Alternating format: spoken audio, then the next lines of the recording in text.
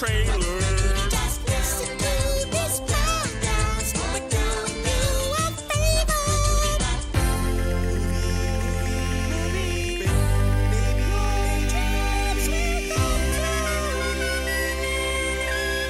Welcome to the Movie Babies. I'm Devin. I'm Sean. And this is a trailer review podcast where we review the latest, the greatest movie trailers Of all time.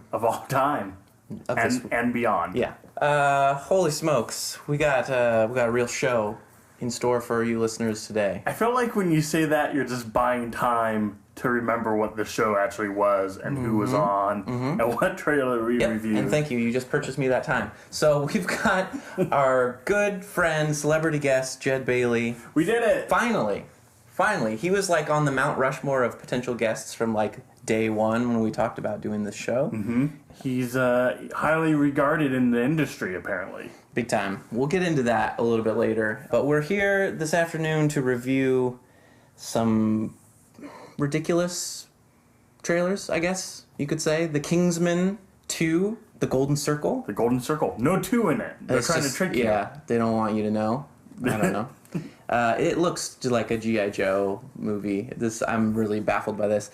And The Disaster Artist, the new Franco brothers, Tommy Wiseau send-up, or adoring love letter to. Yeah, not sure. I mean, if you should be baffled by any movie, it's this one, right? I guess so, yeah. It's based off of a bad movie that a book was made off of, and now it's made off of that book that's talking about the bad movie that was made. Yeah.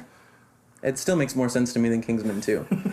What have you been up to? Where have you been falling asleep lately? Well, Sean, here's some things going on in my life, and you just pick one that kind of gravitates to you. Okay. So I went to a Sounders game, which is soccer. That's soccer. Was that in like Argentina? I was in Seattle. Okay. And every once in a while, my dad would show up and be like, Devin, I got you some soccer game tickets. Do you want to go? And I'd go, sure. That's topic 1. Okay. Topic 2 is Craigslist.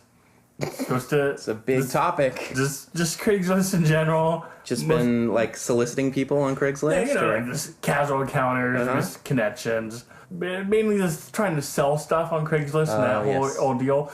A lot of comedy potential there, Sean. Lastly, we can talk about my injury because I'm an old man now. Yeah, that sounds exciting. So is there some sarcasm there? No, this is like in Wolfenstein when you like walk up to a hallway and you're like, you got 3 options. Yeah. You don't know what room you want to go into yet. You're kind of weighing your options for how many like Nazis are going to be on the other side ready to like destroy you. Well, and like Wolfenstein, you know the option isn't going to be good. No. It's just like picking the... How do you want to die? Basically. Exactly. How do you want to die of boredom? Pick your adventure, Sean. I want to know about this injury. Okay. I want to know what happened. Well, basically I'm a hero, Sean. How so? As we discussed, I work in the public school system. So you already deserve some type of like Tinker Tape parade for that. Yeah, where's my medal? One of our kids kicked another kid off a slide, did a front forward flip. I caught him, hurt my back in the process. So that meant I had to do physical therapy. I had to do chiropractic. I had to do a massage. And so I'm doing all these things, and... Where are you in the litigation against this child for falling on you? Are you suing the parents, the school, the child? Can you sue a child? I think that's how it works. Like, all right, you're an adult. Here's your key. Oh, hold on. You actually... This guy over there, the old man with the cane, he owns you now. Yeah. You've become the ward of him. Yeah. He is your Batman, you are his Robin. Yeah, you owe him a life debt. One day you're going to come a-calling. But I just went to the massage today, and I've never had massages before, and I don't know if this is common, but I keep falling asleep during the massage. See, I thought you were going to go with like you farted or you got a boner, but you just fell asleep. That would actually be less awkward, I think. Well, you don't know, because maybe you fell asleep and you got both of those things happen. There's no way to be sure. Oh, it's a sleep fart boner. Yeah, you're gonna have to watch the nanny cam footage of this massage. There's nothing more awkward waking up, realizing where you are, and like having to put your clothes back on. And like wipe the drool from your mouth. Yeah, and like every time I go in, and it's not just one time, multiple times, and every time I'm like, do not fall asleep. You have one job. yeah. Don't relax. Stay focused. Stay focused. They're telling you to like, breathe and like listen to the like sound of the wind blowing on the sea. You have to ignore all of that. It's a trick. Yeah. I'm pretty sure that it snatched my wallet each time. Okay. Yeah. Each time I go, there's just like one less dollar bill, and like my Subway stamp card has one less stamp on it. They take away the stamps? Yeah, they have like a well-oiled operation. It's like a Kingsman sort of deal. Where they're not like just taking the card. That'd be too noticeable. Yeah. Just take one sticker at a time. And Oh, go, I see. It's stickers. Like, So you don't even know if the massage was pleasant or not. No, that's the worst thing. So they don't tried wake you hard. up and just kick you out. No. Okay. I would. She started like wiggling me. Yeah. You're gonna get thrown out of here. You're- No loitering at the massage therapy. And it was my last one, and I was just like, this is my big outing. Like I fell asleep like almost every single time. Yeah. This is the one I stay awake for.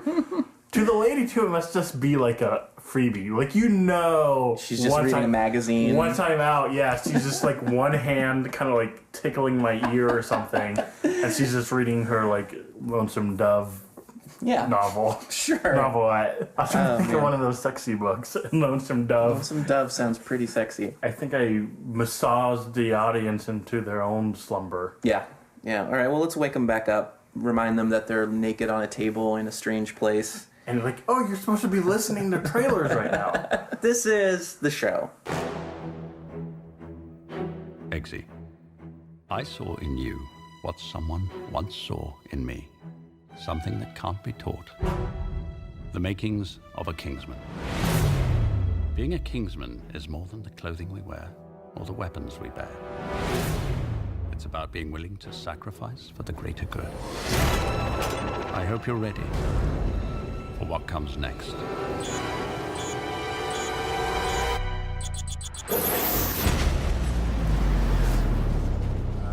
This time I'm gonna let it all come out. This time I'm gonna stand up and shout. I'm gonna do things my way. It's my way. You're doing the Usher version? Or the highway. That was my Limp Bizkit / Oh, wow. Did you see the Limp Bizkit? I forgot that they did a take on that song or what have you. I thought you were going Usher, and I was like, I don't think that's the word. No, if it was Usher, I would have spelt my name. Okay, yeah. I don't have a better intro than that other than Kingsman looks like James Bond Jr. I don't know what that is. You don't know James Bond Jr., the animated series? Is it like Sherlock Jr.? It's James Bond as a teenager in a leather jacket running around doing James Bondy things to like a Transformer audience. Well, I was going to say, like John Wick, the first thing I think of when I see this movie trailer is James Bond. It's James Bond. It's Junior. how's It's James Bond Jr. James, if he's still part of the family, and if you're going to make it so Bond-like, just own it. Let's call it James Bond Jr. That's what I'm saying. Jed, you got an intro for this? No, I didn't think of anything. Yeah, obviously neither did we. I just Googled lyrics from 20 years ago. Nicely done. Before we dive deep into the Kingsman Golden Circle Jerk trailer, if we could take a minute to introduce long time in the making celebrity guest, our Bellingham resident movie patriarch, I don't know, the man who tells me when things are playing at the cinema and when they're leaving. Trailer warrior, star of stage and screen, star of rural and urban communities, Sir Jed Bailey. Hello, movie babies. Thank you Jed, for have you coming. been knighted? Wait, I would believe if you told me that Jed had been knighted at some point in his life. are you I a would- Kingsman? Jed, you are dressed very dapper today. The most well-dressed guest we have ever had and will ever have. Yeah, perhaps the only person I know who you can count on being like, you'll never be able to dress better than him, like at any event that you both might be at. You're just like, you're out of the running. Yeah. Sorry. And Sean, besides you, like, if I go to a movie theater, I will see Jed. Oh, It yeah. doesn't matter the time. Absolutely. It doesn't matter the day. Jed will be in that theater. Yeah, you're like the 3D version of one of the cardboard cutouts that just like haunts the lobby of the theater. You're always there. You have like this tall man thing going on. I don't know what that means. I know it's a reference to something. That's the reference to the Phantasm series. You're saying he's the tall man from the Phantasm series? I'm just saying he's the tall man who's always there. And he looks in the shadows. like the tall man in your dreams, in your nightmares. Yeah.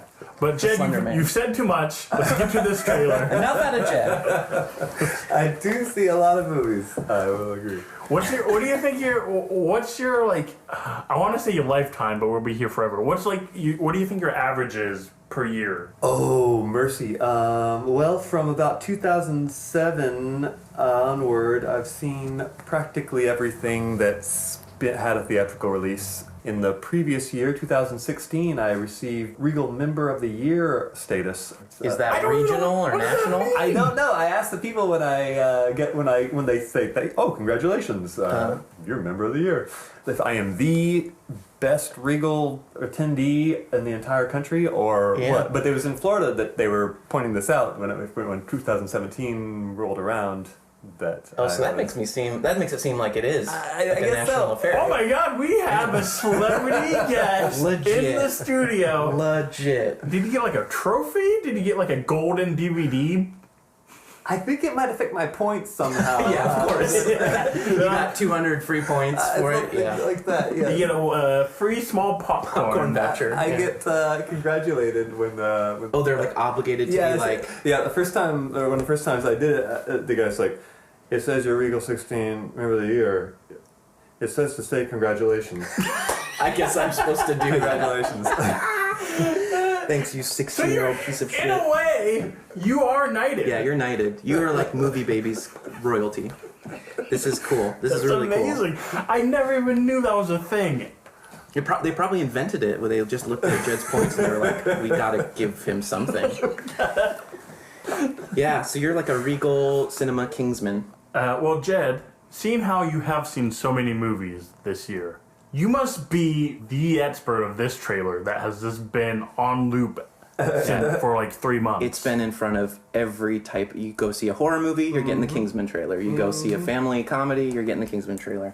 So you think you've seen this about like 6 or 7 times in the At theater? least maybe in the past week I've seen it. I mean, yeah, I would believe that number. Yeah. Yeah, absolutely. Sometimes if I see something too many times, I just tune out and take out my tablet or something and Yeah. get distracted.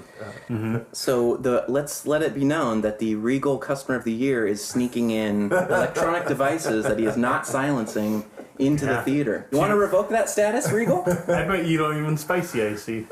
I've never spicy icy. I'm tempted at times to try it out. Does that go against any dietary restrictions? you're No, working I within? can spicy icy Okay. if I so wish. I guess I've only icied once or twice that I can think of, and I spicied a couple times. So, Okay, but never the twain shall meet. I spicy from time to time. I've dabbled in a little icy. I try not to make my general diet consist of the food I can get at the movie theater. Yeah, that's got to be hard. If I was at the theater as much as you, I'd be living off of concessions. Yeah, Yeah. 'cause my understanding, your diet restriction is only popcorn. It's just you need it as your fuel. Well, Jed, let's break down this trailer. Do you want to kind of give us a rundown of what we watched? Oh, sure. We watched The Kingsman, or Kingsman, The Golden Circle, It's a sequel. a sequel to Kingsman, Secret Service. The Secret Service. We all three see that? I have not seen that. Okay. I have seen it. I've yes. seen it as well. Okay. And follows up on the adventures of Eggy. Eggsy. Eggsy? What the hell is with his name? I forget the story Eggsy. behind it. Is it a nickname? It is a nickname, Okay. yes. In a something quotation marks, Eggsy. Is it like one of those British things where like they rhyme shit and that's like part of their slang? I never got that. Yeah, I didn't know if it was some variant on his actual name or some nickname based on his activities. Gary is his given name. You should probably just call him Gary. Gary's a stand-up name. It's like like, does that hang next to James Bond appropriately? Yeah, James Bond, and Gary. And Gary's coming too. Oh, fuck. Do you remember a lick of the first Kingsman movie? I do remember it being more violent and kind of nihilistic than I was expecting in the closing scenes. I don't want to give away too much for anyone who wishes to say spoiler-free at the moment, but there was a lot more gratuitous general mayhem and bodily harm placed upon people in general.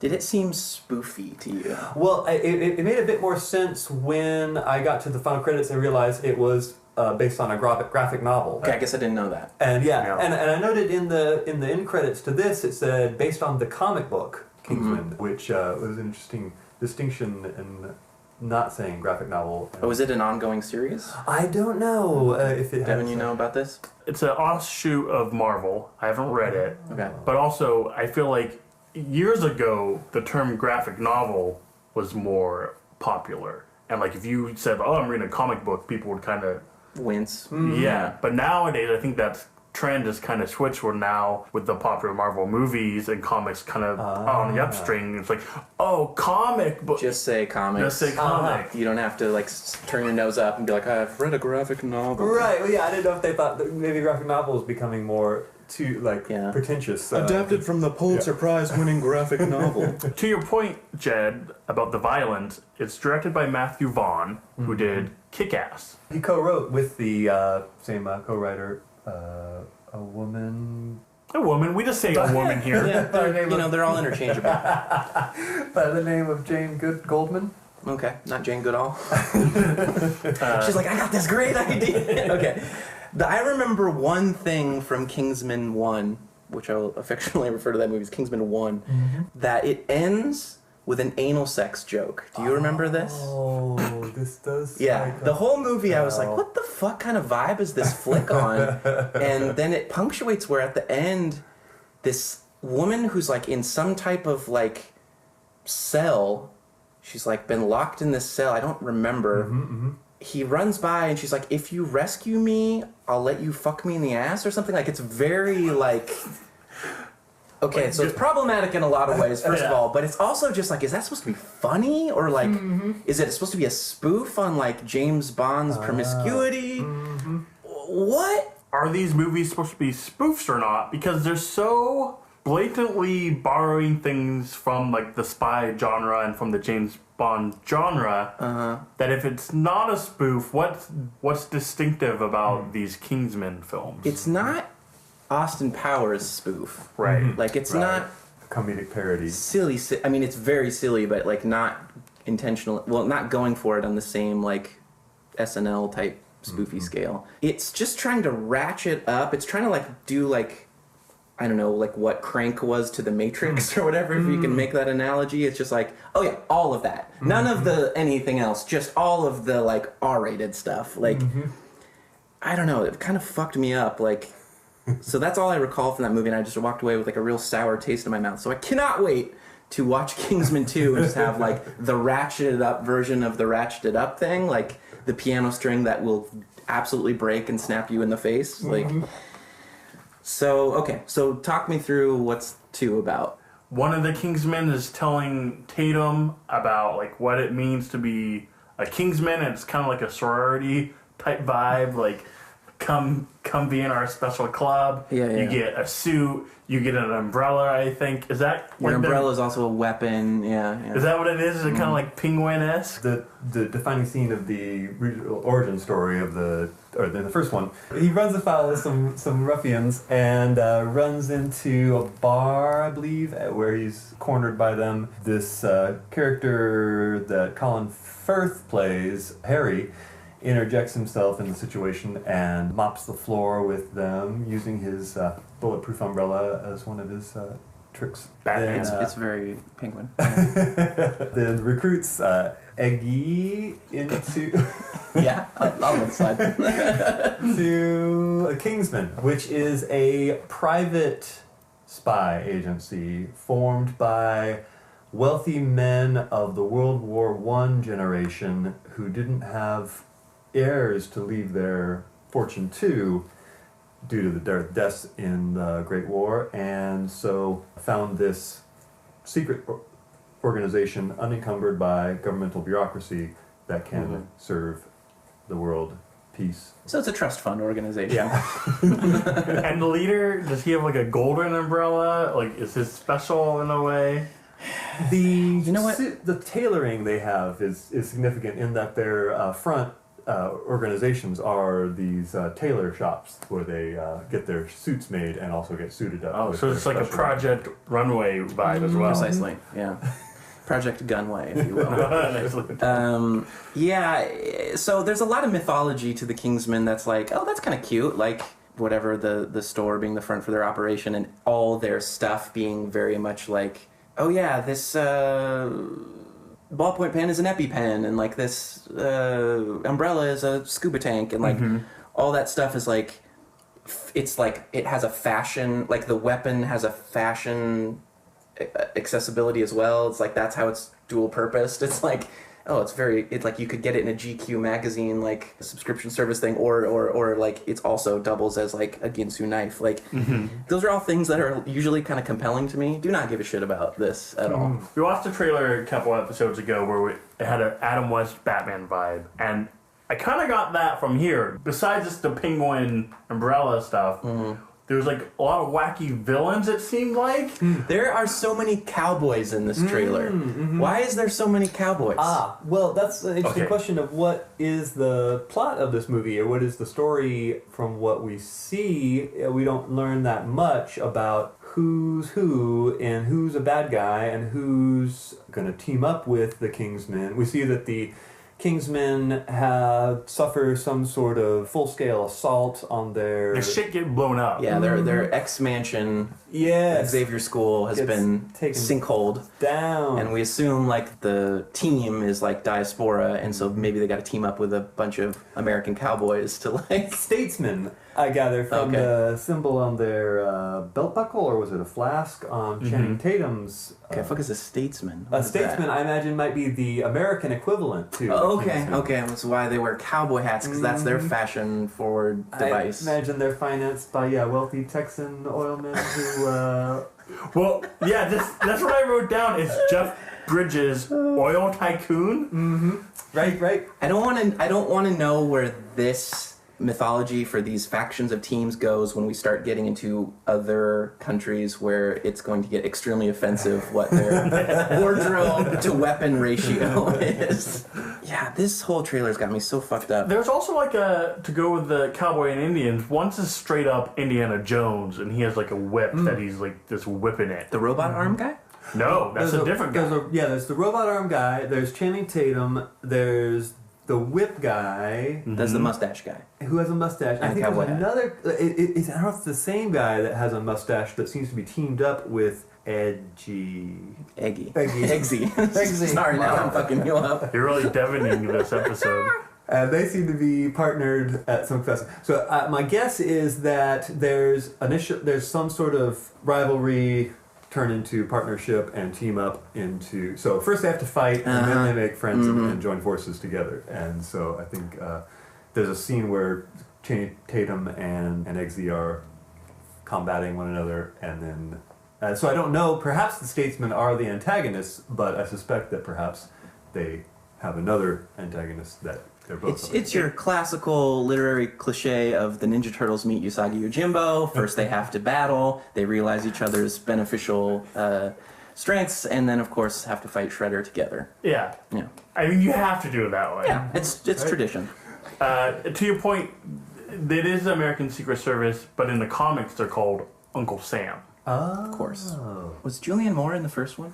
No, not Okay. to my knowledge. Yeah, I don't know. I can only assume they're gonna like cram her into the like, oh, she's the secretary role or whatever. Just get that really famous redhead woman, and we'll really objectify her. And I don't know. I don't trust this movie to do anything intelligently, so I'm a little worried. Well, For everyone's sake. But it does kind of seem, the cast does kind of seem like, oh, is this like a Coen Brothers movie? Like, there's a lot of people pushed into this one. Yeah, and the first one, Samuel Jackson is the villain. That's right. And he is accompanied by the actress who was the mummy in the new one as an amputee with blades on her legs that she used. What are these movies? Yeah, pretty It's cool. like, Huh? it's Sounds cool. It's not. Are they like a live-action Mega Man movie where like each time you get the power of the previous villain you defeat? Yeah, exactly. I have knives for legs now. I have a robot punching arm. Mm-hmm. I have an eye patch. Yeah, it's that whatever like semblance of credibility they're going for of like, oh, this is like a sexy espionage movie, kind of goes right out the window when everyone has like X-Men powers and like fucking Walker Texas Rangers moshing through the scene. Remember when there's a taxi cab that turns into a submarine?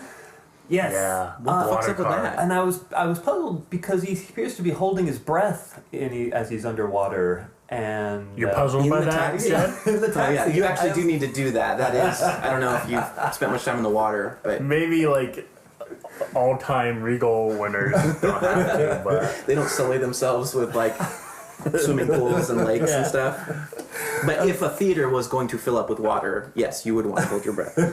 Well, I assume that they designed the aquatic vehicle to be airtight and provide oxygen for the driver to breathe. But I noticed on repeat watching that the windshield is fractured and broken, and I suspect that fight that he has in the trailer results in damage to the vehicle. look at you. Yeah. You just Kingsman that Deducing. whole trailer.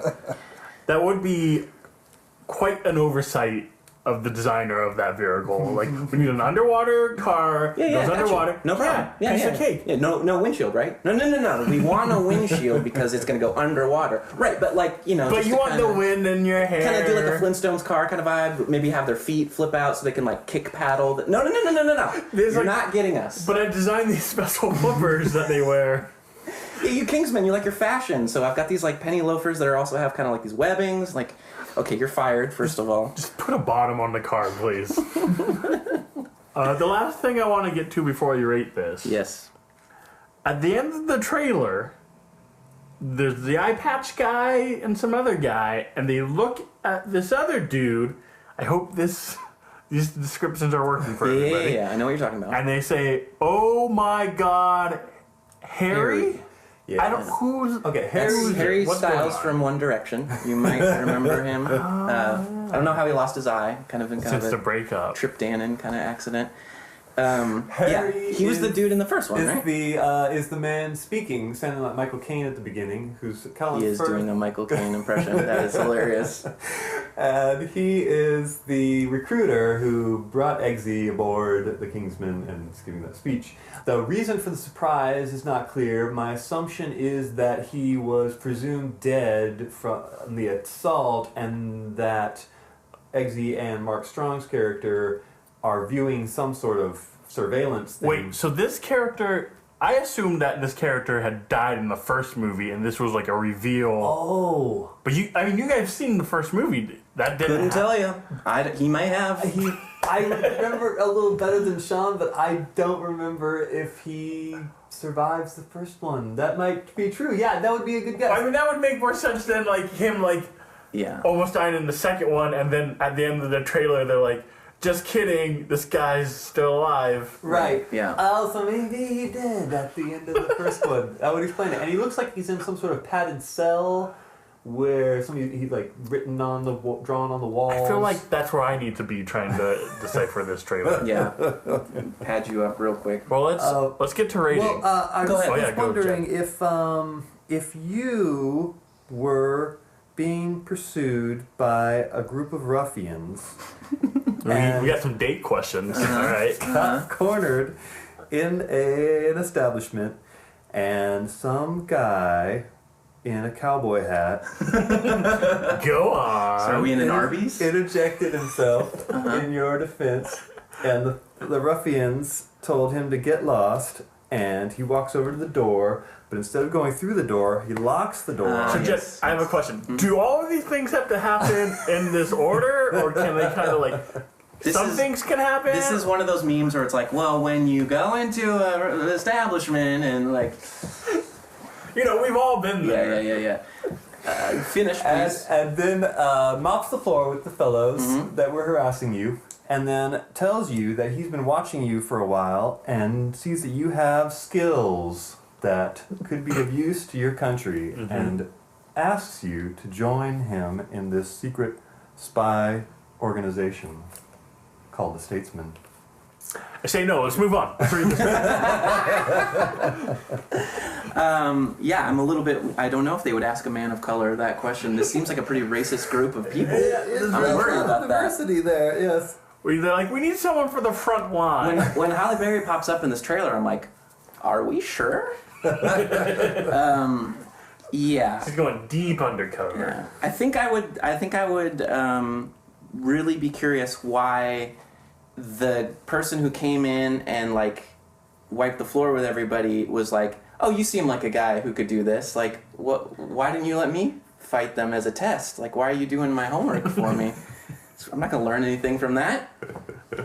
Is it established that he's a good fighter before he gets recruited? He's a bit scrappy, but no, he doesn't have the full range of skills that they invest upon him through their intensive training program that they put him through. Okay. Look, Sean, this is how this works. Since I've been a child, I've been waiting for someone to knock on my door and be like, Devin, You've got the power. you got it. And I'm like, what do I got? And they're like, you got it. I was like, cool, I got it. I knew it. I knew it. In your face. Yep. And so, am I a good fighter? I don't know. But you will be. Am I a good, like, computer hacker? Not yet. Am I a good, like, a charmer and go into Definitely not. balls? Go into balls, just, like, diving deep in those balls and dancing around? Wait, are you talking about a ball pit or like a governor's ball? Yeah. Or do you know that there's a difference? Here's the thing. I've never done these things, but I'm pretty sure if someone told me, yeah, you can do those things, I'm gonna do them. I want to see the movie where like a gatekeeper character infringes on someone's life like that, and it's like, it's all about you, baby. And then when they get to their first mission, they were totally wrong, and that person just gets annihilated, and they're like, how did we fuck this up? I thought they were the chosen one. No, wrong. There's a great joke in MacGruber, out of all movies, all of the great jokes in that movie. Yeah. where he's like, all right, I'm gonna get the A-team together, and it's like a bunch of like WWF wrestlers, so he's like grabbing like Chris Jericho, he has like Right. the Big Show, and he's like grabbing all these like burly men, and he got some all in the van, and he's like, all right, you're my A-team, we're gonna fight the bad guys, let's go. And then before they can take off, like the van just blows up and all of those people are annihilated. Jed, this seemed like one of those kind of leading, I'm asking you so you can ask me kind of questions, so please. So Jed, Inform if you me. were in a restaurant and then a cowboy hat man said, howdy partner, and then you said, excuse me, and then the guy walked in the door and then they mopped the floor, and then he came up to you and he said, excuse me, sir. Can you mop the rest of the floor? I heard you're good at mopping, and I also heard you're the top Regal customer of 2016. Do you want to join the Kingsman and have this umbrella? What would you say to that? Ah, that is an interesting question. It is. What do you mean it's your question? Verbatim. I guess I don't know if I would have to do. I might have to Goodwill Hunting it. Be by janitor. Turning. Yeah, I'd be suspicious of what purpose I would be put to. It is a tempting and exciting offer to be thrust into a world of intrigue and excitement, but I'd have to wonder about the purpose and aims to which I was being put. And You guys are better movie heroes than me because you're like the reluctant hero, and then You refuse the first call. You refuse the first call and then overtime, and I'm just like, yep. Kill him? Sure. Yeah. Well, we're in like that kind of like 3-act, 5 to 5-act structure of like the 2-hour movie. You're in like a half an hour episode of like Looney Dora Tunes. the Explorer. So you gotta just kind of, you can't refuse the call because we gotta go to commercial. We gotta get there. Jed, we have a specific rating system here at the Movie Babies. Do you know it? oh yes. Oh, okay. So I don't need to get a Long specific time paper. listener, first time caller. Jed has said he's listened to every episode. That makes me feel terrible. Like, I feel like if I've listened to all the self-deprecating comments. Sean. First of all, what is the appeal? Because torture, apparently. Oh well, I wonder. I enjoy the show. I wonder how much I would enjoy it if I didn't know you guys and know. not much. It's hard to know how much is having that sense of connection of like knowing the. I know what you're talking about when you make sort of local references and things like that. So if you were just some guys on the other side of the country that I didn't have any connection to, would this show be enjoyable? I can answer that for you. Why can you answer that? It's a simple no. Oh, yeah. Oh, well, I don't know. I wonder. I find the premise fun, and I do think I could take interest in it, and so... But who's your favorite movie? Yeah, like if you had to choose, like who's like the handsomer one, who's like more funny than the who's other the one? one? Who's the well-spoken one? Who pronounces words more correctly? And... Or, like with a little more flavor. Let me ask you this: is this, having listened and now having being on the show, is this a disappointing experience? Is this like That's the question. you're building up that like, oh yeah, sex with this person is going to be amazing, and you get there and they just lay there and you're like in a filthy like rabbit hole. Regular old sex. Yeah, seeing how the sausage is made, I guess I still... I wish the listeners could just get little like pings or whatever when we do that to each other. Just lock eyes knowingly. That's a very office take. We just did there. We have juvenile sensibilities, if that's not already obvious. Sorry, I interrupted you. I feel like not to be done by Regal, we need to offer this guy his own reward for suffering through every episode. Oh my god, you're absolutely right. Jed, I don't know if you know this, but by listening to every Movie Babies episode, you are the Movie Baby of the Year. Movie Baby of the Movie Year. Baby of the Year. Wow. Of 2017. Yeah. And every time we see you, we will say, and everyone, anyone who ever sees Jed from this day forward has to go, congratulations. Yes, that's right. Or you have to go, oh, Devin and Sean told me I have to say congratulations to you, so I guess congratulations. Your choice. But, yeah, that's the honor that's bestowed upon you. Oh, wow. Thank you. Yeah, so hopefully that does you well. Jed is tearing up right now, for the listeners at home. He's typing up his new resume. Top of the list. My accolades include Regal Customer of the Year and Movie Baby of the Year. You know our rating system because you're a super fan. You want to quick draw McGraw it for us? Yes. This is based on the Regal Coca-Cola preview advertisement, also sort of PSA instructional on how to go to the movies and get along with everybody. I never thought of it that way. I guess that's what it is. I thought they were just trying to sell Coke. You're right. Description. It is that. It's like, look, here you dum-dums. This is how you movie. Yes, you stand outside and discuss with your grandma whether she wants to see this movie poster or not, and in spite of your skepticism, she asserts, no, I love robots. I love robots. In the Movie Baby rating system, that is quite disinterested in this trailer. Going inside, you find a few dorks standing around talking about movies and ways to make them, and one of them finds the idea of a movie in space with zombies. In space with zombies. To be particularly enticing. Then going into the theater, we have someone clearing with their co-attendee at the movie that it is okay if they scream like a lot. So you cool if I scream like a lot? And that corresponds with the highest Movie Baby rating for Bravo. All right. system. I don't know why just having like more like $5 synonyms for the way that either of us would explain it is way funnier to me. Yeah. But it is, and it gets me every time. Nicely done, Jed. And then they go into the theater and sit down. You see a very diverse group of people. The fade to black, and it says, "We're all the same when the lights go down." Yeah. Do you agree with that statement or not? Well, apparently, I think some people found that statement disagreeable because they changed it after, I assume some people thought that sounded like erasure of Right. diversity and asserting sameness.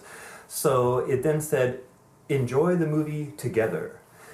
And depending on which Regal you went to, it would have the vintage "We're all the same when lights go down" or "Enjoy the movie together." And depending on how woke they were, I guess the audience of that particular theater complained or didn't complain. Yeah.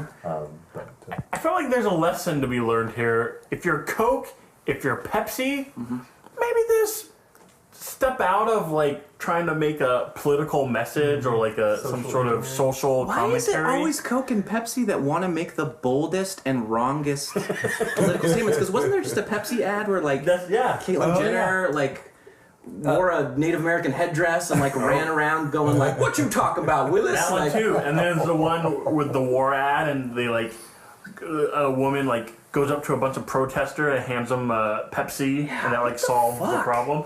It's like, we know what you are. yeah, you are the Antichrist. Don't try to insert yourself into our fucking struggles. Just give me my damn Coke, put it in my veins, and I'll worry about the other stuff.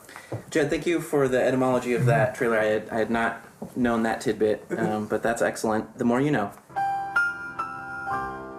Ding. Please rate this Kingsman trailer for us. I have to say that song they play Frank Sinatra's My Way. "My Way" Yeah. Or the highway. in the trailer. My Way to Hell by AC/DC. And I have to say, the first few times I saw it, it sort of gave me, raised the hair on my neck, gave me kind of... A boner is the word you're working for. Yeah. It raised the boner on your neck. Yeah, we got it. No secrets here, Jed. I do like that the trailer doesn't give away a lot of what the plot of the movie is, at least. You know why? Because they ain't got one. Nice try. I also suspect if another trailer is yet to drop. Yeah, I guess I would have to say... Let's see, so if I say "In Space Like a Lot," Whoa. it's like in between, in zombies. Jed, do you not like rules? I noticed that the celebrity guests who claim to be the biggest fans always try to usurp our authority by introducing their own rating system. I'm looking at you, Chris Patton. Yeah. I'm looking at you, Jed Bailey. Yeah, You think like- you're better than us? You think like- you're gonna fucking ride the rails? I know how to movie baby better than the movie And that babies. very well may be true, but welcome to our playpen, where you play by our rules, or we take our toys away and we go home. So, let's try that again. Rewind the selector one time. Tell Okay. me what you rate this trailer. If the purpose of the trailer is to make me want to see the picture or not, and that's what we're rating, I guess since I see everything, I can't really rate that that way. You're right. In terms of how motivated I am or eager I'm anticipating. Let's frame it that seeing way. it. In Space with Zombies, I see a lot of promise, but You're probably gonna bring like a vape pen and a Kindle into the theater with you in case it gets really boring. Yeah, I get you. I'm going the same boat as you, Jed. In Space with James Bond. There's Zombie James Bond. the James Bond stuff. I'm tired of it. I've seen it too much. What they're presenting of the James Bond stuff does seem at least well produced. Sure. Like he's in the water car, he's going in a secret base, the pool table's coming up, you see the guns. It's like, all right, it doesn't look hacky, it looks all nice, and so I'll give him credit for that. The trailer takes a turn, and now my interest is rising a little bit. We get the Mega Man punchy villain. We get Indiana Jones. We get my favorite thing of sound effects matching the trailer, and so you have the whip, and then it matches, and then he winks, and then there's a wink, ding, ding, Yeah. and all that I'm into. I was entertained by the trailer. Okay. You're groping in the dark here. You want to be in a donut shop, but you're in like a fucking razor blade manufacturing plant. You're gonna get hurt. I'm sorry. Yeah. This movie is not gonna reward your optimism in any way. I gotta rate this. I love robots. I love Damn it, robots. Sean, that's the bottom line. Yeah, because the first one burned me pretty. I'm still caring for scars from that experience, and I don't trust this to be any smarter or cooler or bolder than the first one. Uncertainty of how they're trying to interact with the James Bondiness of it. I feel like it's just not working on me. Nor did Kick-Ass, by the way. And since you mentioned that is the same director, like, you know, okay, I feel the way I feel about comic book movies, but their take on the comic book movie, I wasn't like really that into either. Like, I don't need it more realistic or whatever the YouTube culture they were trying to like infuse in that. So How did you like X-Men First Class? I didn't. How did you like Stardust? Oh God, he did Stardust? The sensibilities of this team is not raising the hairs on my boner neck. So I'm gonna say, yeah, it's a I Love Robots scenario. Sorry, y'all. No need to apologize. Well, it looks like it's not my way, but It's Jed's way. And that was the Kingsman, the Golden Circle. the golden shower circle. Oh, that's No. even better. Action! I did not hit her. It's not true. It's bullshit. I did not hit her. I did not. Oh, hi, Mark.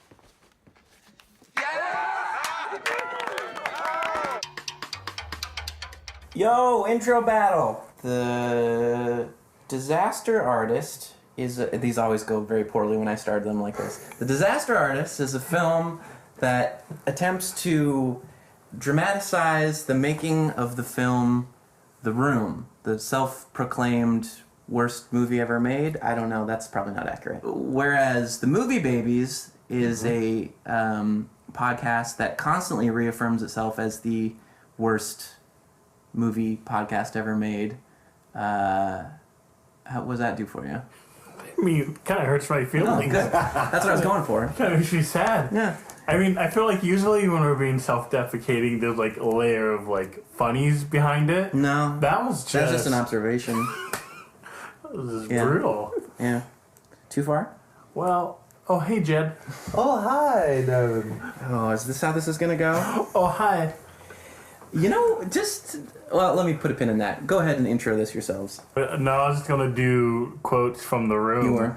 That's what you had in store, Jed? You got any good ones that are not like the top 5, like I've heard it a million times? You're tearing me apart, I haven't heard that one. Sean. That's a fun one. I want to jump in right away and start to nitpick because we just watched the Disaster Artist trailer and I feel like I've been hyped for a long time, as I'm assuming y'all have, about the fucking Franco brothers being responsible for this and who they're playing and everything. Yeah. But I immediately have gripes with James Franco's auditory impersonation of Tommy Wiseau.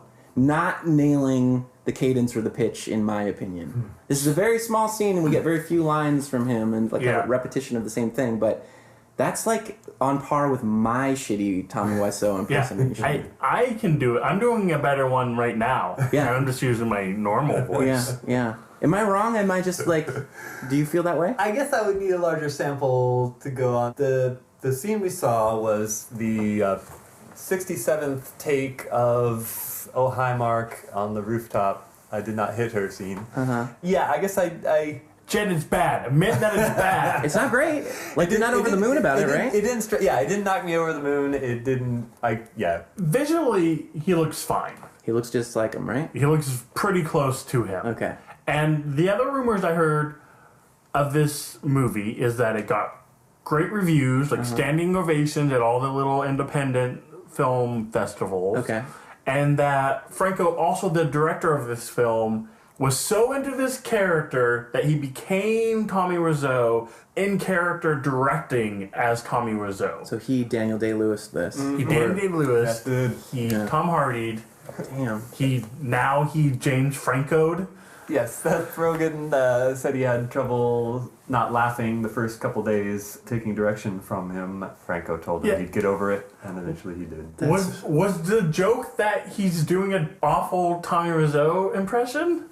I mean, that would be hilarious if the farthest reach of the Franco acting school got him to like drunken bar 3 a.m. Version of like an incarnation that you or I could do after incarnating this person for like months or maybe a year or so making this movie. Yeah. Like, that's insane. And I've been hesitant about this movie since the get-go because Franco is one of those personalities where it's either you love him or you hate him. There's no middle ground on Franco. Yeah. And when Franco's in the movie, guess who's in tow? You got Rogan. You have his son, his brother. Little Franco, his son. Yeah. You have Dave Franco. His detached Siamese twin. And so not only is James directing this, not only is he the lead, Dave Franco is like the other main character, Greg, who wrote the book, right? Arrow. So they're just in your face, these guys. Yeah. What's your feeling about the Franco brothers and Rogan and company? Usually I'm pretty on board. All right. Well, Usually I think they're pretty funny. Jed, what about you? I feel entertained. I don't, when I hear something coming out with them, I don't have a particularly strong emotional reaction either way, but I've been amused by some of their things. That's the most... You know they're not listening to this podcast, right? You can just tear into them. You never know. It's funny because... your phone's blowing up. This is not supposed to happen. Oh, this happened once before. Okay, Sean has gotta stop. Sean has a phone call right now. This also has Take 67. I did not get a phone call. I did not. So we had some interference with our microphones because you got a phone call. Oh, are you trying to play this off like we've got a studio? Yeah. Yeah, something like that. Well, I was going to say, so both of you seem fine with the Franco brothers, which is amusing because they mainly do like stoner comedies, but I don't take either of you as like that crowd. That's our baseline. I was just thinking about it, and I do think there have been certain films where I am not very amused. What was that one with Bryan Cranston? Not Don't Fuck My Daughter. Yes, yeah. that. Wait, that's the name of the film? That's the tagline. It's like Anyone But Him, or like not him. That's a very meta title for a Franco film. Yeah. He plays an eccentric billionaire with no filter, and so his whole shtick is being vulgar and in front of her parents. You didn't care for that. And yeah, it didn't really amuse me. Why him? That's what it's called. Why him? Yes. Just being offensive isn't that funny. It has to have more to it than that for me. I guess I contradicting myself. But he is kind of middle of the road for me. I've liked him in some things like the arm breaking movie. And he gets the 27. 127 takes. His, dramatic roles. And then he gets the robot arm in the Kingsman. I liked him. I liked him in that. Universe. I liked the This Is the End movie where they're all kind of playing meta Where he's playing characters himself. of themselves. Yeah. Right. I'm excited about this movie. The lore of it, the mythology of the room is all exciting. I don't know what this movie's supposed to be. At one point, it seems to be like a spoof mocking. The Making of The Room. Yeah, but then also, are they trying to play this straight? Do you think film? it feels like a spoof because of who's in it and how ridiculous the nature of what actually went down is?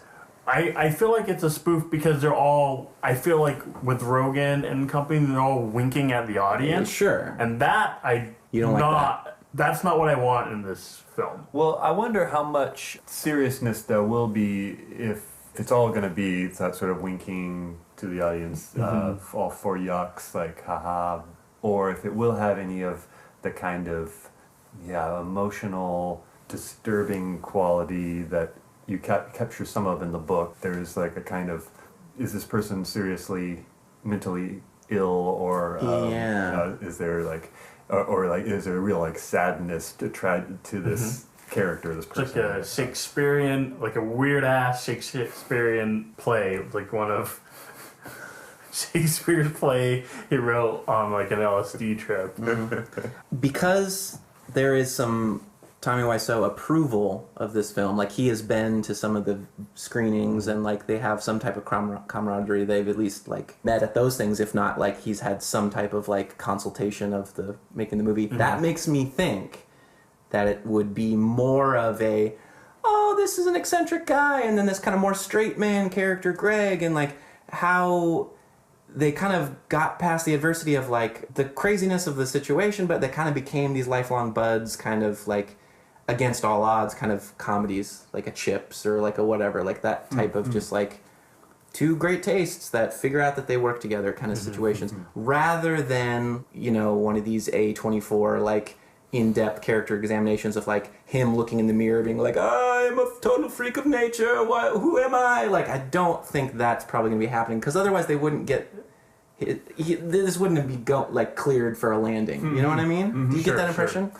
Yeah, I guess in terms of the book and the adaptation, and it just occurred to me that some people might not know what we're talking about. I mean, that happens a lot on this show. I don't usually know what Devin's talking about. I just kind of nod and smile. So, in case anyone has never seen or heard of The Room from 2006, described as the Citizen Kane of bad movies, it is a film produced, written, directed, and starring one Tommy Wiseau. Come again? A man of obscure parentage who made this movie that has gotten such a following in midnight movie circuit, and one of the lead actors in it wrote a book about it called The Disaster Artist, and his time getting to know Tommy Wiseau, and that's what is the source material. So I'm curious how much the film will cover in relationship to the book.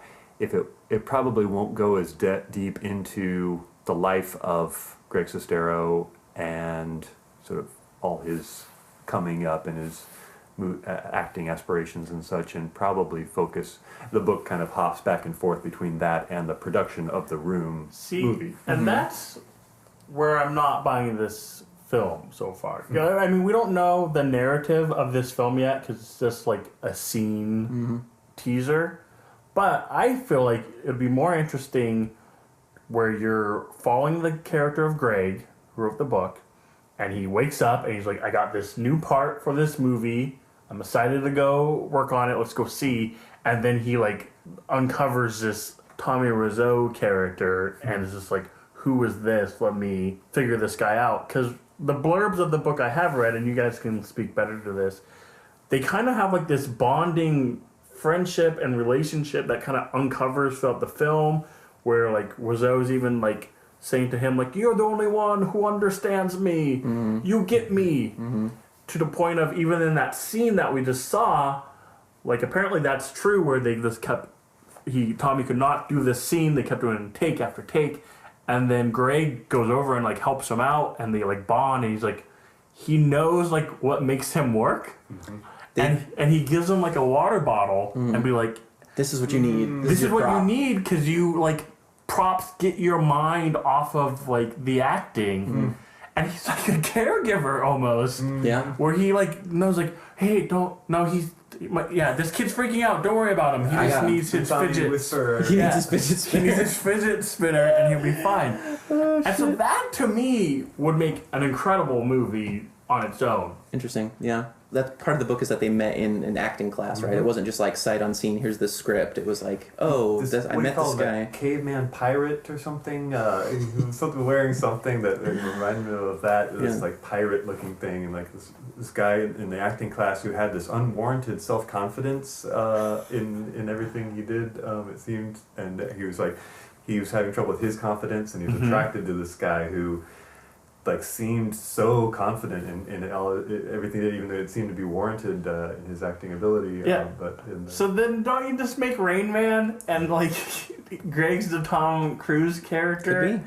I don't want to take care of this man, but you know, like there's some sort of... Do you think that there is a reflection in the Franco household of the Greg and Tommy relationship, that there's a little bit of like, holy shit, James, what the Dave is just constantly like, oh fuck. Why won't he let these young girls on Instagram alone? Why is he doing this? Like, I'm curious. Also, we would be remiss to not go over the fact that, Jed, you have encountered Tommy Wiseau in real life. You've seen some of these midnight showings. You're a pretty huge, like, follower and fan of the whole universe. I have a memory of the first time I saw this movie, and that scene made me literally ROTF. Close. Yeah. We solved this Da Vinci Code.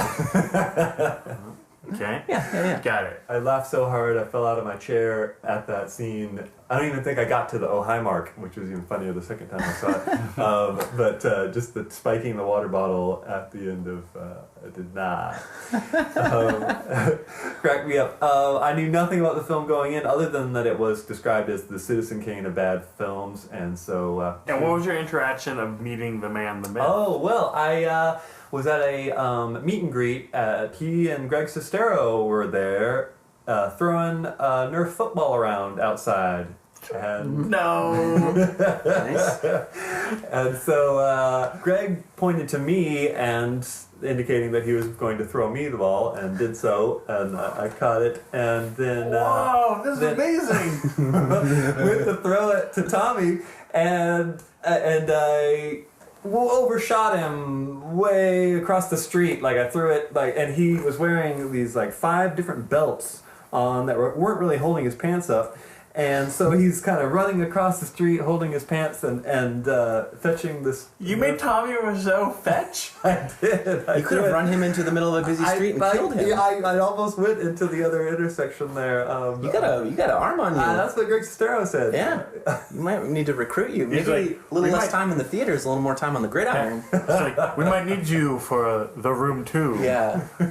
Then they had a signing, and I had brought up my copy of Homeless in America, which was the documentary they made? short that That's they right. made. Wiseau was like, when I laid it on the table, and he wasn't even looking, he was like, Homeless in America, who's this? Whose is this? Like, and he was like really animated by somebody bringing that to sign. Then like a You guys are- spoon or fork or something. Yeah. So what you're saying is you guys are best friends. I didn't get as intimate as my friend Amanda, who was Made able to out. get some hair in her mouth. At one strand of his hair ended up landing in her mouth, and she had to extricate it from there. Can we clone him? We were wondering about that, if we could do some DNA analysis, get at this mystery. Where he's actually from. That could be our own little mini documentary. That's something that's interesting. Okay, so from my understanding of reading the book, it's been a little while, and my memory's a little foggy as per usual. There's a lot of mystery shrouded around his origins and also the financing of this film. I wonder if this movie, The Disaster Artist, is going to have any insights into those things now that a little more time has passed, maybe a little more is known about him as a public character, that maybe the book, or definitely that wasn't available IMDb style, when The Room was kind of first on the scene. I wonder. There's kind of these mystery financiers, right? It's He said that he raised the money by importing leather jackets from Korea, and apparently did have these holdings when Greg Sestero met him. He had apartments in Los Angeles and in San Francisco, and So he's a scumlord? He had, he had these large apartments that he was renting. He wasn't even staying in. He let Greg Sestero stay in, and so yeah, apparently he had some funds from somewhere. There's speculation about wealthy widows, and And does he have a child labor thing going on? Because he also had, I remember, he had his own website where he'd sell his own brand of underwear you could buy, right. and pants and Style stuff. underwear. So I mean, we need to crack this code. This is the movie we need to make. I wonder if they'll cover any of that. I would imagine they probably just leave it mysterious, or Right. cover the. because that's the fun of the game. Is if you actually knew, it wouldn't even if it was a pirate from Mars gave him all the money, it wouldn't be as good of an answer as we just don't know. It's fun to make up. I had all kinds of speculations that he actually is American and has foreign accent syndrome as a result of a stroke. which also explained his droopy eye. Oh, sure. But he leans into the fact that he is French or something like that, Well, or his Belgian. name is like, it sounds like Wusao, which is the word for bird in French. Okay. He's a bird person. I guess in the closing chapters of The Disaster Artist, he gives kind of a rough sketch of a figure that could be Wusao, and I gather it's like what Sesteros pieced together bit by bit from knowing Wusao over the years, that he's from an Eastern European country where he was in love with America, and he eventually made it to France, and then eventually to Los Angeles. I'm sorry, to Louisiana, New Orleans, and then to Los Angeles. It's like one of those TV detective shows where they have the computer and like take one part of like, here's a European person, and here's a bird. Oh, it's like when they build Lisa in Weird Science. Yeah. It's like feeding in clippings from magazines. Like, Exactly. okay, Yeah. cool. Is this whole thing A disaster. too many years too late? Oh. Like, is kind of making this movie and potentially like making fun of something that was fun to make fun of, whatever, 10 years ago, kind of like, we kind of milked all the humor out of that teat. I guess there's so many weird things to milk there in the making of the film. There's some speculation about the reason why he was so disorganized was that he had somebody who was hired to film the making of the film, and he would just follow crew members around and hear what they were saying about the production and everything. And so every night Wiseau was staying up all night watching the footage of what everybody was saying about the production behind his back, and instead of getting a good night's sleep and then showing up in the middle of the day the next day at the production and causing this whole so there's all kinds of bizarre So he things changed like things that. based off like what other people were saying. I guess I don't know if he like... Or was he just went through firing them? Yeah, he went through a number of crews, of people that left or just got exasperated with him or that he dismissed. And so there's... You're saying there's enough behind the scenes stuff that people wouldn't know from just being casual room fans that are worth investigating. Yeah, the stuff that you learn reading the book that describes the ridiculousness of the production and like we saw in the trailer with the 67 takes it took. Whether they can structure that into a narrative that is compelling and humorous, we'll see. Maybe he's from the same planet that Prince was from. Like he has a thing for videotaping conversations and then like listening to them and then like That's playing odd it. that you say that because one of the first things that Greg Sestero asked him when they were getting to know one another was, Are you Prince? was what's your dream?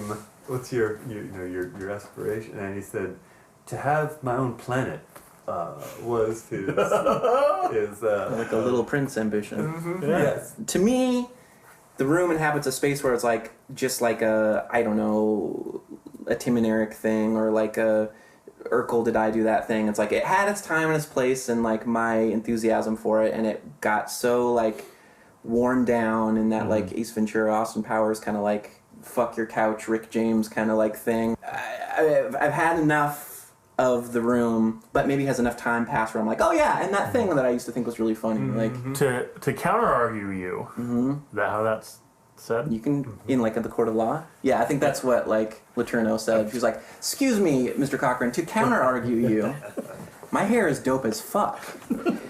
I think because we still don't have a lot of the answers from that original film, and because like Tommy never made like The Room 2, like he never made something that was as big as The Room. I haven't got played out on him yet.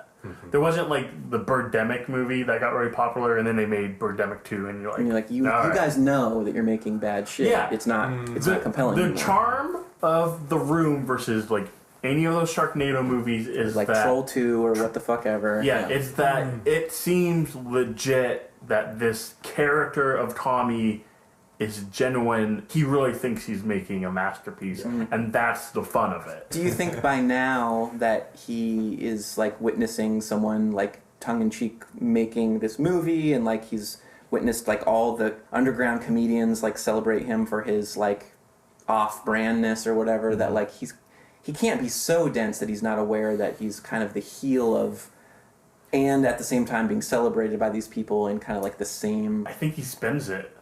Yeah. He spins it in his head where he's like, I'm in on the joke. Huh. And we're laughing together, and it's like, And that's just a self-preservation thing? I It's think just so, like- because if it's the other way and he's like, yeah, and I think it's that confidence, right? If he didn't have that confidence, then it would break him.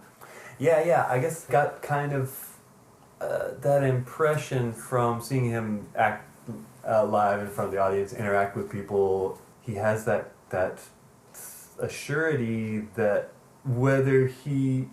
Well, you just mentioned Troll 2, that reminded me of the reaction of the makers of Troll 2 to seeing an American screening of fans of it as a bad movie. The directors commented that the audience was laughing when it was supposed to be funny, and they were laughing when it wasn't funny. And they didn't really get, like, what is wrong with these people? They don't understand what's supposed to be funny and what isn't supposed to be funny. Those Americans always high on drugs. Yeah. And so They don't have the refined Italian sensibility. Yeah. They didn't. He couldn't appreciate. the reason why people had such a love of it as this misfire that was attempting to be something that it so epically failed at that it becomes humorous. And so with Wiseau, I guess it's his idiom, the oddness of his turn of phrase, and I think it probably goes with that confidence of like not correcting, not assimilating, or not being able to. Maybe I'm just kind of like having this idiosyncratic way of expressing himself and seeing the world, and I think also the magic of the room was because he had competent people working on it. I think the Seth Rogen character, Greg Sestero says, was the reason that the room looks in any way like a regular movie. That's true. Because he kind of held it together and actually produced something resembling Somewhat cinematic. a quality cinema Yeah. product. And yet it has this absurd quality of being weird and trying to be like a serious melodrama, but being so It's like when those AIs try to create like motivational sentences or whatever, and you get like if you live in a canoe, your fridge will never be full of bloody heads. Like, what the fuck?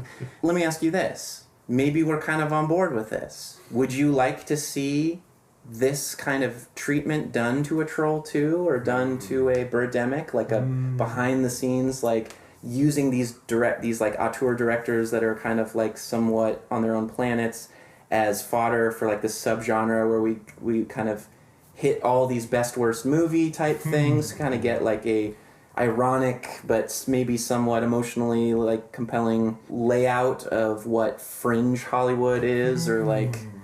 Well, speaking out of my ass a little here, Do you ever not? sometimes it's from the ears and the nose and every other hole. The pee hole? Speaking from the pee hole here. Speaking from the heart, I know Troll 2 had a pretty popular documentary called The Worst Movie Ever. Jed, have you seen that? Best worst Best worst movie. Best movie ever? Did we see that at the Pickford together? Best worst movie ever? Yeah. Have you guys seen that? I have Okay. seen the Troll documentary. Yeah. So, yes. how was that one?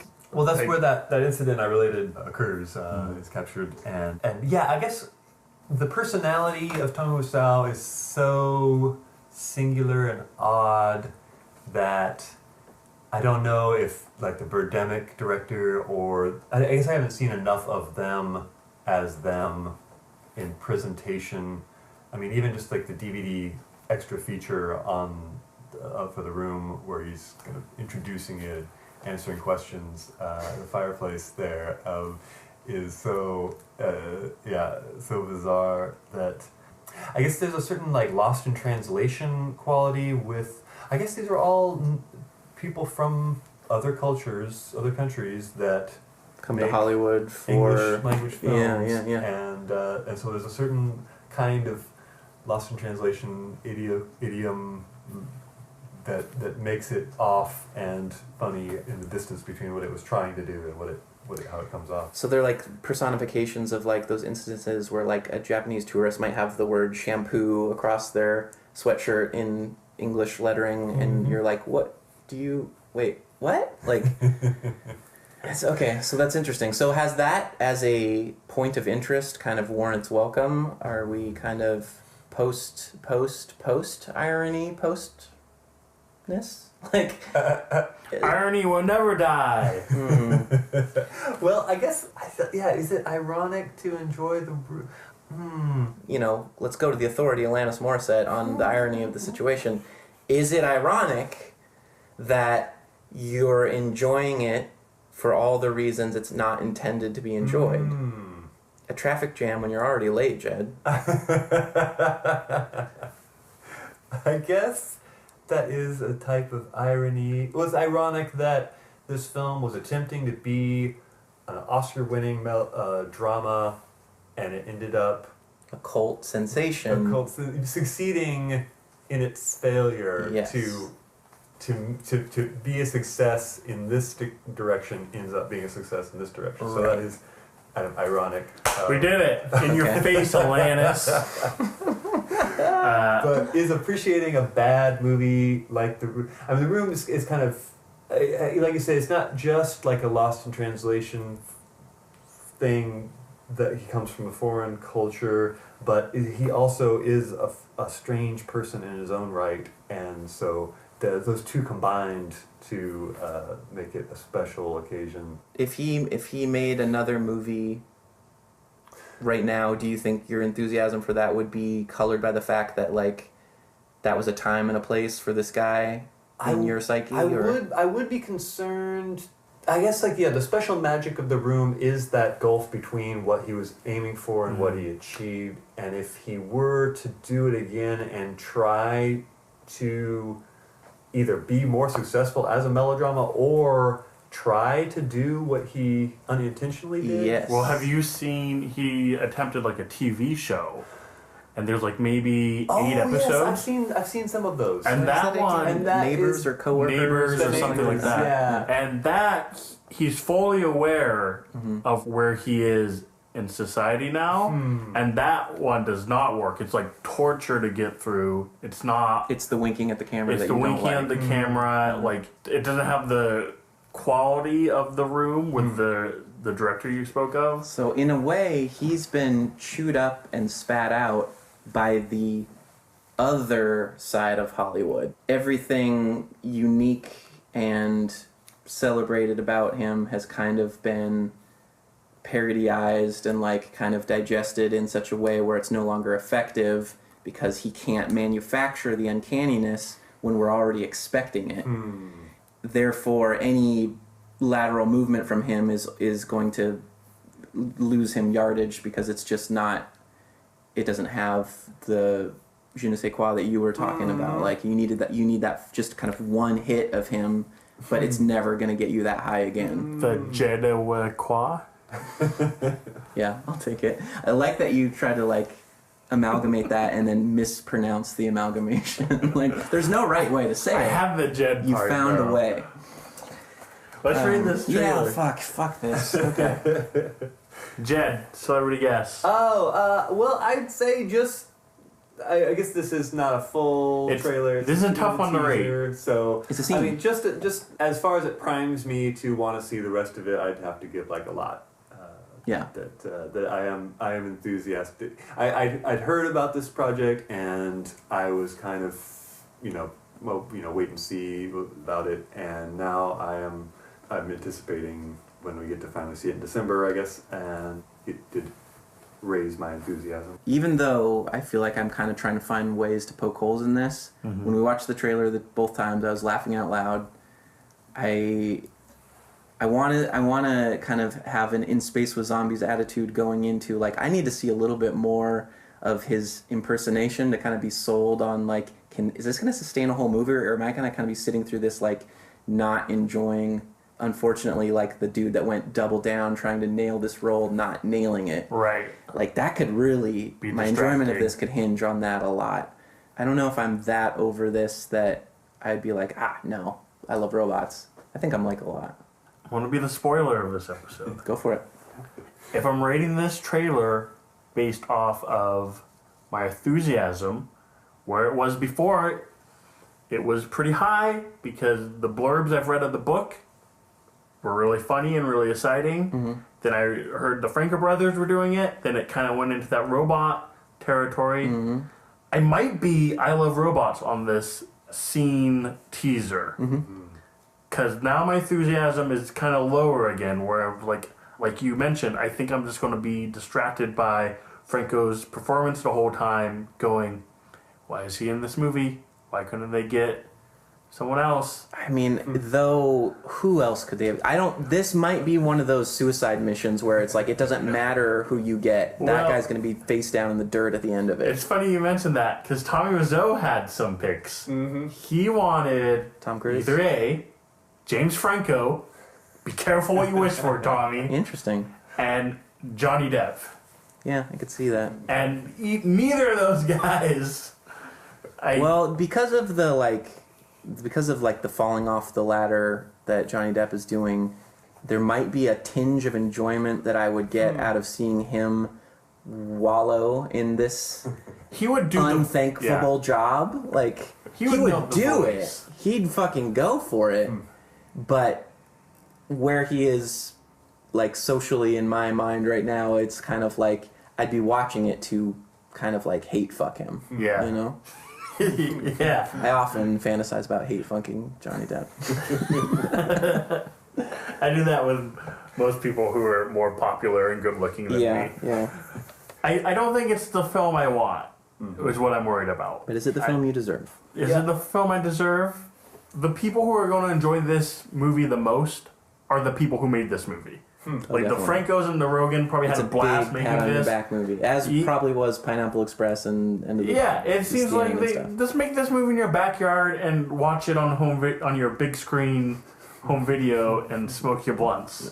But leave the actual direction and acting and writing of this to someone else, because I think this would be an awesome like point of view type movie, or even like a cool documentary type thing like the Troll 2 movie. Okay. Spin-off. Yeah. All right. Coming down hard on this one. Yeah, someone's got to. Come on, Tommy. Come at me. And unless there's any closing statements. The Disaster Artist? More like the Disaster Fartist. How you doing? No, I was gonna do that one earlier, and I was like, that seems like a Devin joke. I'll let him have that one. Because it's so funny? You know, when you're like, I imagine when like improv people are working together on a stage, like really heightened, like UCB authorized certified ones, they're probably like, you know, oh, this dog shit joke was going to go over so well. It's perfect opportunity to do this dog shit joke. I'm not the dog shit joke person. I need to like go, what's over here that I stepped in, so that my teammate can fucking hit the home run, because everyone knows that's the dog shit person. Yeah, because here's the thing. You did the last show last weekend, you did do the dog shit joke. Yeah. And then I came backstage and I was like, you motherfucker. Yeah, what are you doing? You step on that dog. You poop jokes of mine. I will kill you if you do another dog shit joke. Yeah. So like, you know, the I'm the poop guy. the Laurel and Hardy that's developing amongst us, I'm starting to realize like, oh no. You know what? We're both in the outfield here. Rather than slamming into you and us both missing the ball. Well, no, you still don't understand. You're doing it like, oh, I'm doing it like a charity thing. This is our team. Yeah. No, I'm threatening you, Sean. If you step in my shit jokes, I will rub your face in it. And you'll never have to worry about that, because I know where low-hanging fruit lives, and I'm up here at the top of the tree just kind of pruning things and be like, how's Devin doing down there? Did a branch hit him in the head? Okay, fuck you, bro. So, we've got this. We got this dynamic sorted. And that was the Disaster Artist. Jesus. Of course there's difference between comedy and drama. Otherwise, it's different words. That's number one. If you want to, let's say you have a scene with a comedy when the person drinking, let's say just the water, okay? So how the person can drink the water and make this funny. If you drink a straight water, it's not funny, right? What if the person drink the water and everything's spilling in his chin and suddenly go to his pants and get wet? And he doesn't know about it, and he introduced himself to one of the girl, I guarantee you 100% people will be laughing at it. Yeah, I think it's funny because the guys didn't even realize you had the hiccup. Oh, wow, is it funny? What did I do? Oh my God, he doesn't know how to talk. We'll be talking about comedy right now. So for me, comedy is something what I enjoy do it, but at the same time, I want people to actually, if people are laughing at it, that's the best comedy. And that's the episode. Whoopah! This is in the book. Don't have to do that one again. Or do we? I haven't listened back to see if we actually like captured Jed's audio or if we have to like redo it all. Maybe we do have to redo it. Yeah, this is the one we messed up because those words you just spoke. I might have jinxed us. Also, we're totally jinxed because we just reviewed the Kingsman 2's first trailer, and lo and behold, when we woke up today, like Christmas morning, there lay for us under the tree, wrapped in a Kingsman 2 sized package with a bow on it, is the Kingsman 2's second trailer. This has happened multiple times, and I thought we were safe on this one because, like, it's been so long. Mm-hmm. They're not going to release another one. No. I mean, why now? Why today of all days? Well, so let's bring back a segment we haven't done in a very long time. Uh-huh. It's called Second Review. Oh, okay. And this one is on the exact same show. Yeah. So I think the big takeaway here is that all of Jed's suspicions about the Statesman being the American version of the Kingsman, and because the Kingsmen are like defunct because of this explosion of the mansion, yes, they do have to team up. The last remaining Kingsman has to team up with these Statesmen. The Americans are called the cousins of the Kingsmen. Weird. Okay. Because yeah, like what if there's like some internal hookups, like is that like like a kissing cousins kind of thing? Cousin. Yeah, I could see that happening. Seems like there's a lot of animosity, kind of sexual tension between Eggsy and Channing Tatum. Mm-hmm. They might scrog at some point. Yeah, it's just because they're cousins. Yeah. As we all know. Have you ever had any attraction to a family member? Finding the question we've all been waiting for. Just, No, never. Never. Not even like, oh, that girl's cute, and someone's like, hey, by the way, did you know that's your aunt? Well, so yeah, I don't have like a big family that I ever hung out with. Okay. So it's mainly my sister, and I always knew that was my sister. Okay. See, I don't have any sisters, but I have like a sister-in-law, and I have good friends who are definitely like attractive in people's eyes, in the general population's eyes, yes. But to me, they might as well be my sister. They're like my friends, so it's like hard to take those sunglasses off, like the They Live sunglasses, and be like, oh, you're actually hot? I guess I forgot. Did you hear like the reports, like every so often, like Pornhub or like the porn companies will release like the most searched naughty terms. Oh, and like yeah. It's always like sibling stuff. Yeah, all of my internet pornography is constantly bogged down with incest porn, which I've just started clicking on now because it's like, well, if this is all I get, it's like Coke or Pepsi, then I guess I'm watching incest porn. That's what's really weird about that data. It's like, have you guys seen porn before? Because they're all labeled like sister brother shit. Yeah. If all of them are labeled that, then yes, that's going to be the top one. Right. I bet you the number is far, far smaller of people who are actually like, turn that dialogue up. Call me Big Brother. I do like that they have to, or like the general opinion is that they have to infuse like some type of like, we're step siblings. This isn't a blood relation. When your dad married my mom, oh man, now we can't kiss each other. I like just to avoid some type of like, I don't know, lawsuit. Like isn't it already considered pornography? You're not going to get like labeled worse than pornography for being like, we're blood relations, we're Siamese twins, and we're fucking each other. Like, no, all right, yeah. Slowly back away. That's a review of the Kingsman trailer, right? We're so bad at this show. Jed pointed out he had a movie baby regret where he's like, oh, I should have said this. I should have brought up this point. Mm-hmm. We talked about how each country has like a different Kingsman type organization. Yeah. He movie babied it. He did. Marvel's Black Panther is basically Africa's Kingsman. Okay. So in the Movie Baby universe where all movies exist in the same continuity, we could get some crossover here. And his point was, and they both like jumping over cars a lot. I was like, yeah. That's true. Eggsy definitely does like a barrel roll over the top of a taxi cab, and as does the Black Panther in the last shot of that's like that's the money shots of both those movies. Whoa! What if Kingsman go on. and Black Panther are those like instances of like, well, here's the movie for the white audience, here's the movie for the black audience, like the Girls Trip and Rough Night. Exactly. These are sister films in that way. And this one is brother, and they're gonna fuck. Yeah. Oh, that tie-in. I like it. That was a good callback. I'm so behind on my movies. I always go back and forth. I'm like, oh, should we do like a Patreon thing? The only reason why I would want to is so I could go see movies more. I don't think that's what you would get to be able to do. Isn't that how those work? This is just like, hey, we want to buy you a movie. No, You've because had a hard day at work. They're honey. not. They don't want you to watch the movie. They just want you to watch the trailer, and that's free.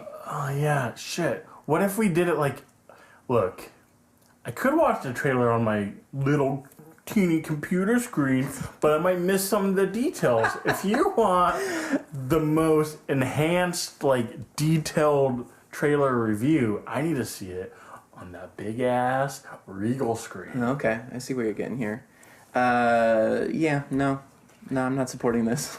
Well, I hope you'll find your loved one, whether it's your sibling or blood relation or not. Or your podcast co-host. Hey Joe. Hey Joe. Or Joe. Or if Joe, just everyone go find your own Joe. Please. Or take ours. Turn on that trailer, whether it be on your personal computer or in that big ass screen. Think about it, folks. Cha-ching. And sit back and enjoy the show. Mm-hmm.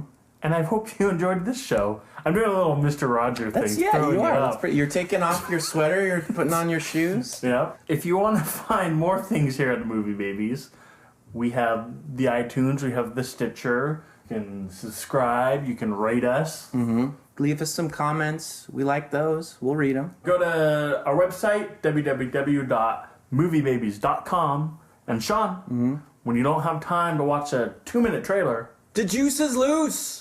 That's the Movie Babies.